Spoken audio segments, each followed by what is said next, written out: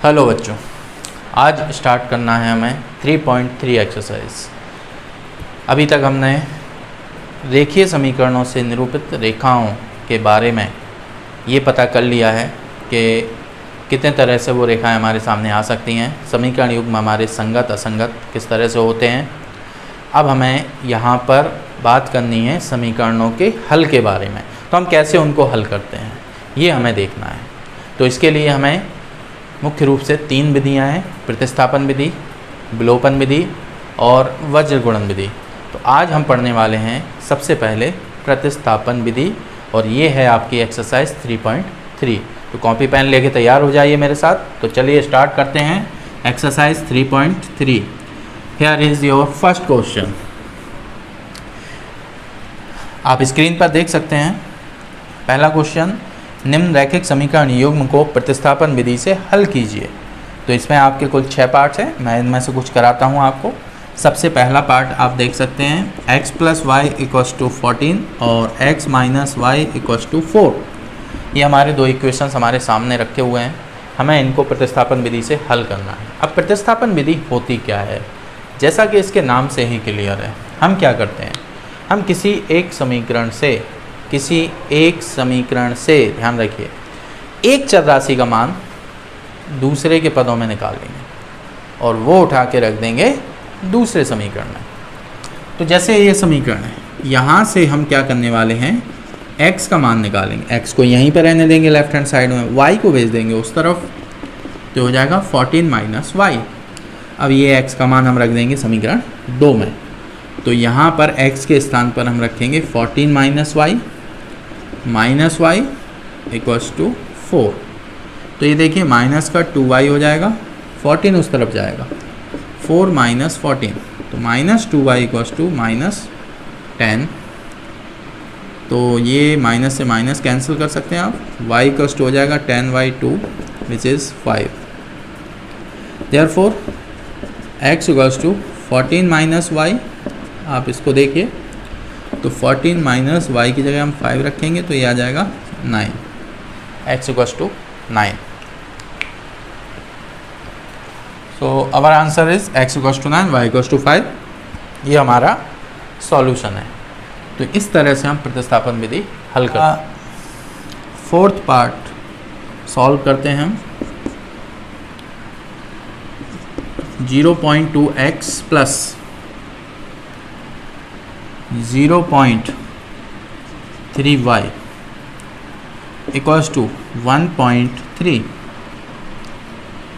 0.4x + 0.5y = 2.3। ये है equations.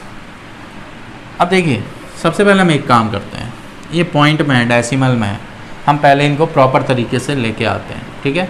तो ये जो इक्वेशन है इसको हम अगर लिखना चाहें तो हम लिख सकते हैं 2x/10। 0.2 को हम लिख सकते हैं 2/10, क्योंकि पॉइंट के इस तरफ सिर्फ एक डिजिट है। तो हम इसको पॉइंट अगर हटाना चाहें तो हम क्या करेंगे, हम 10 से इसको डिवाइड कर देंगे, प्लस इसको हम लिख सकते हैं 3/10 × y। जस्ट लाइक इसको भी हम लिख सकते हैं 13/10। ये डेसिमल हमने हटा दिए। अब मैं क्या करूँगा, थ्रू आउट इस इक्वेशन को, इस पूरे समीकरण को मैं 10 से गुणा कर दूँगा, तो मेरे सारे 10 नीचे से ख़त्म हो जाएंगे और ये सिंपली मेरे लिए आ जाएगा 2x + 3y = 13। तो ये अब मेरा समीकरण 1 हो गया, राइट। अब इसको देखिए आप, सिमिलरली हम इसको लिख सकते हैं 4/10 × x, 5/10 × y, 23/10। देखिए मैं यार 5 से 10 को कैंसिल कर सकता हूँ, बट मैं करूँगा नहीं क्योंकि मेरे हर एक टर्म में नीचे 10 है। तो ये सिंपली मैं 10 से मल्टीप्लाई कर दूँगा, सारे 10 एक खत्म हो जाएंगे। तो ये हो जाएगा 4x + 5y = 23। ये है मेरा सेकंड इक्वेशन। अब मैं कहूँगा समीकरण 1 से मैं x की वैल्यू निकालता हूँ। तो पहले मैं 2x का पद यहीं रहने दूँगा, 3y को उस तरफ भेज दूँगा, तो 13 - 3y। तो यहाँ से x = हो जाएगा 13 - 3y अपॉन 2, ये 2 नीचे आ जाएगा। यह मान समीकरण 2 में रखने पर, अब समीकरण 2 में ये मान रख दीजिए, तो 4x के स्थान पर मैं रखूँगा 13 minus 3y upon 2 plus 5y equals to है 23। आप देख सकते हैं 2 से 4 कैंसिल हो जाएगा। अब ये 2 से अंदर मल्टीप्लाई कर देंगे हम, तो 26 माइनस ये हो जाएगा 6y plus 5y equals to 23।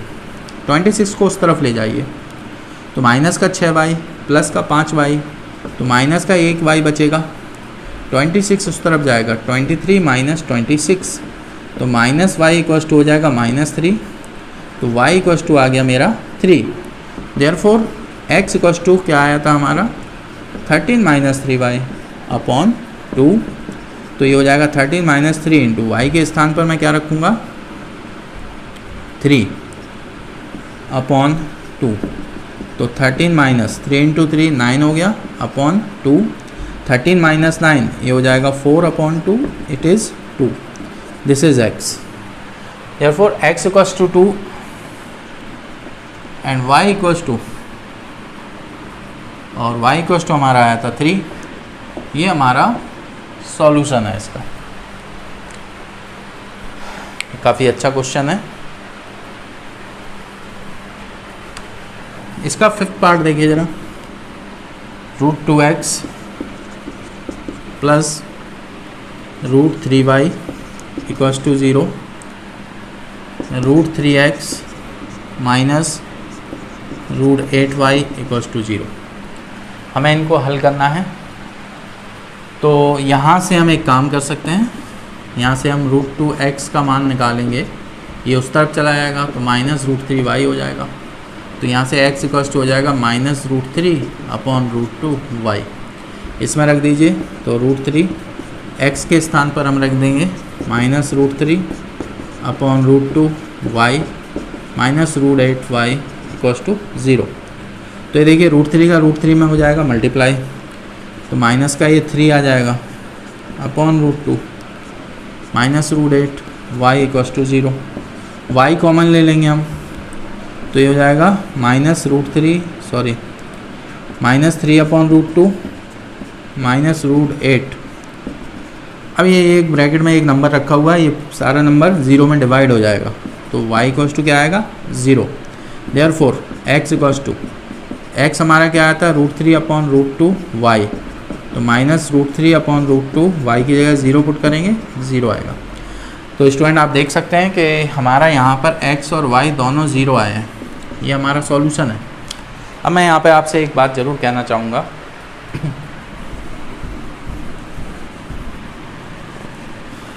इन दोनों इक्वेशंस को आप देखिए, ये दोनों ही इक्वेशंस, इनमें कांस्टेंट टर्म अचर पद नहीं है। आप देखिए सिर्फ x और y वाले टर्म्स हैं, तो ऐसे इक्वेशन जिनमें सिर्फ x और y वाले टर्म हों और अचर पद ना हो, तो वो हमेशा ऐसी लाइन को प्रदर्शित करते हैं जो मूल बिंदु से पास होती हैं, मूल बिंदु से होकर जाती हैं।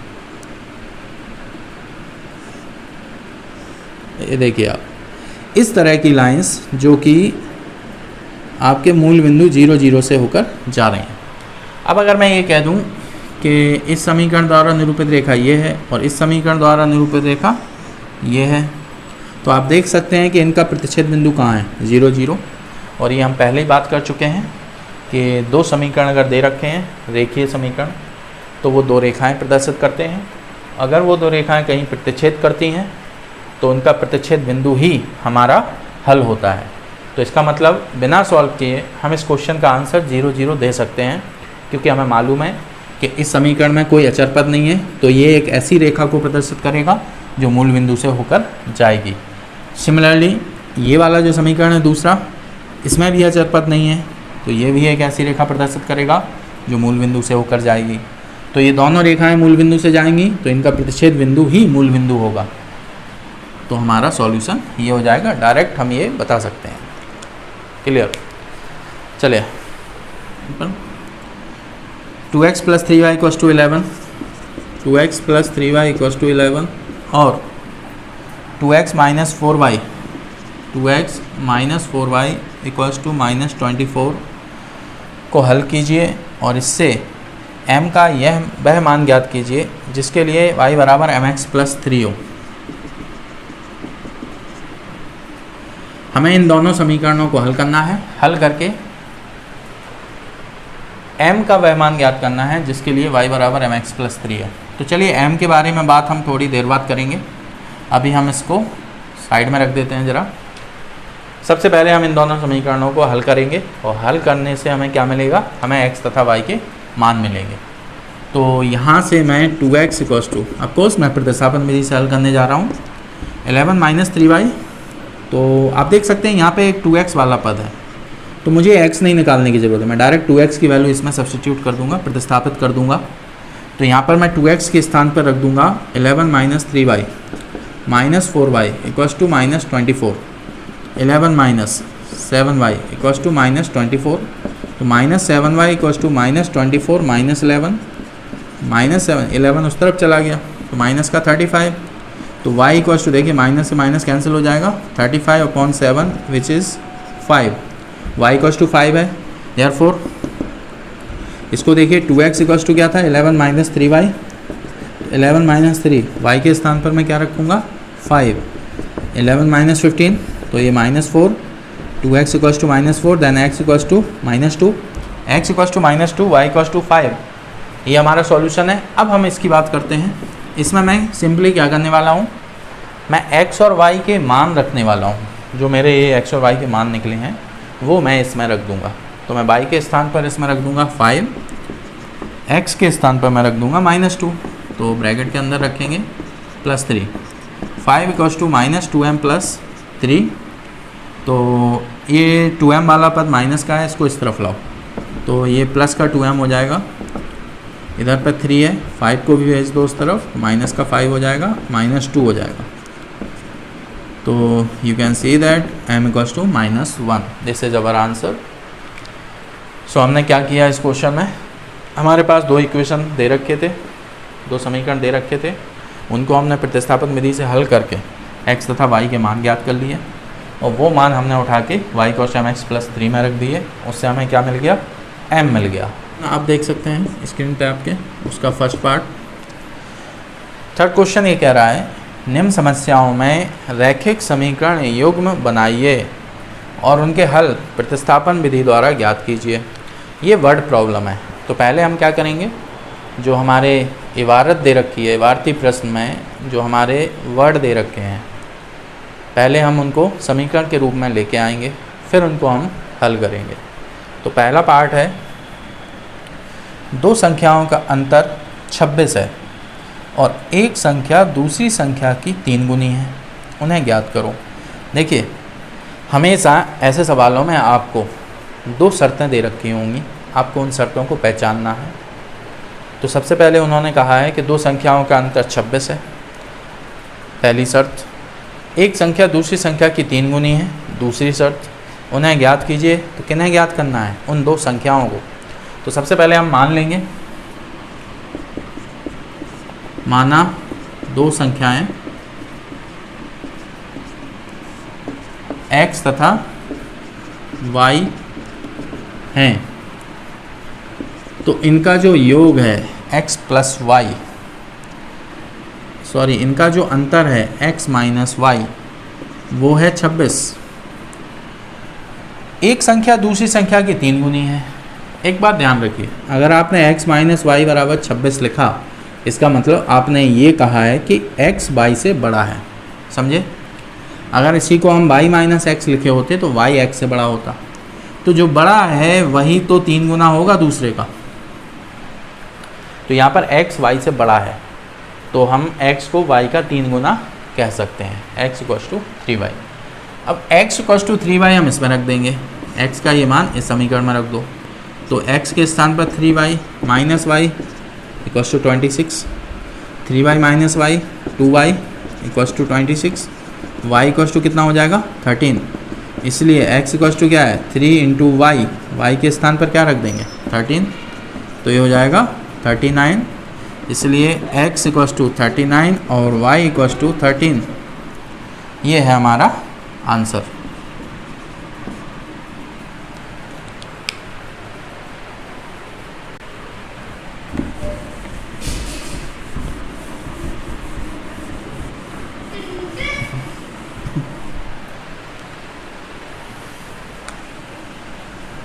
सेकंड पार्ट आप देखिए, दो संपूरक कोणों में बड़ा कोण छोटे कोण से 18 डिग्री अधिक है, उन्हें ज्ञात कीजिए।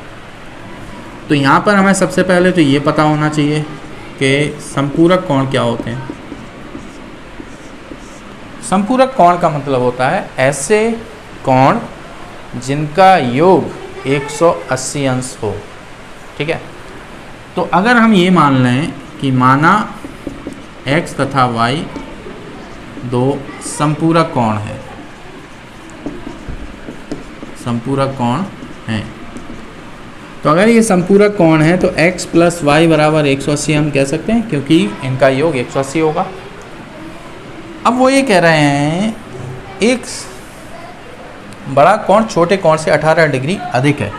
मान लो x बड़ा है, यहाँ पे आप किसी को भी बड़ा कह सकते हैं क्योंकि प्लस साइन है। तो x y से अगर बड़ा है, कितना बड़ा है? 18 डिग्री। तो छोटा कौन है? y। तो छोटे में 18 जोड़ दो तो वो बड़े के बराबर हो जाएगा। x बराबर हो जाएगा y प्लस 18। अब देखिए x का यह मान यहाँ पर रख दीजिए, y plus 18 plus y equals to 180। तो 2y, 18 को उस तरफ भेज दो, 180 माइनस 18 162, y इक्वल्स टू हो जाएगा 162/2, तो ये हो जाएगा 81। y का मान आ गया 81, इसलिए x बराबर देखिए y की जगह 81 रखिए प्लस 18, ये हो जाएगा 99। x 99 आया, y 81 आया, इन दोनों का योग करेंगे आप तो 180 अंश आ जाएगा। इस तरह से आप अपना आंसर भी चेक कर सकते हैं। राइट, थर्ड पार्ट इसी क्वेश्चन का आप देख सकते हैं। एक क्रिकेट टीम के कोच ने 7 बल्ले तथा 6 गेंदें, 7 बल्ले और 6 गेंदें ₹3800 में खरीदी, यानी कि ये खरीदी हैं 3800 रुपये में। ठीक है, बाद में उसने 3 बल्ले तथा 5 गेंदें, 3 बल्ले और 5 गेंदें 1750 रुपये में खरीदी। तो ये 1750 रुपये में खरीदे। प्रत्येक बल्ले और प्रत्येक गेंद का मूल्य ज्ञात कीजिए। तो क्वेश्चन जो हमसे पूछता है हम वही मान लेते हैं। तो हम मान लेंगे यहाँ पे, माना एक बल्ले तथा एक गेंद की कीमत क्रमशः x तथा y रुपये है। माना एक बल्ले तथा एक गेंद की कीमत क्रमशः x तथा y रुपये है।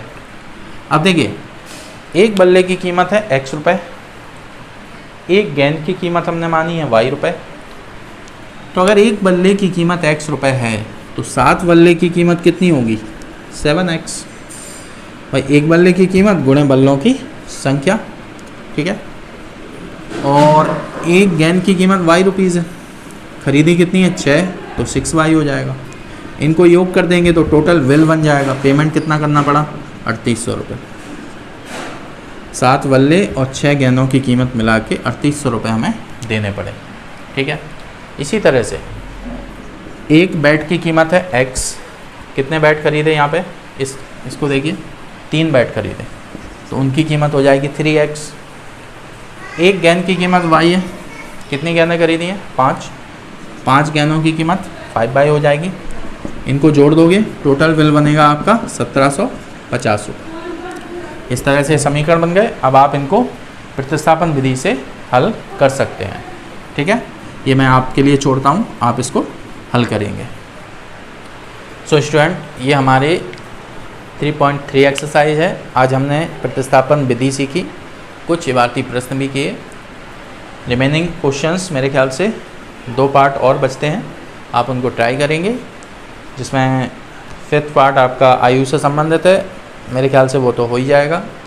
बाकी अगर कोई प्रॉब्लम आएगी तो आप मेरे से डाउट पूछ सकते हैं। तब तक के लिए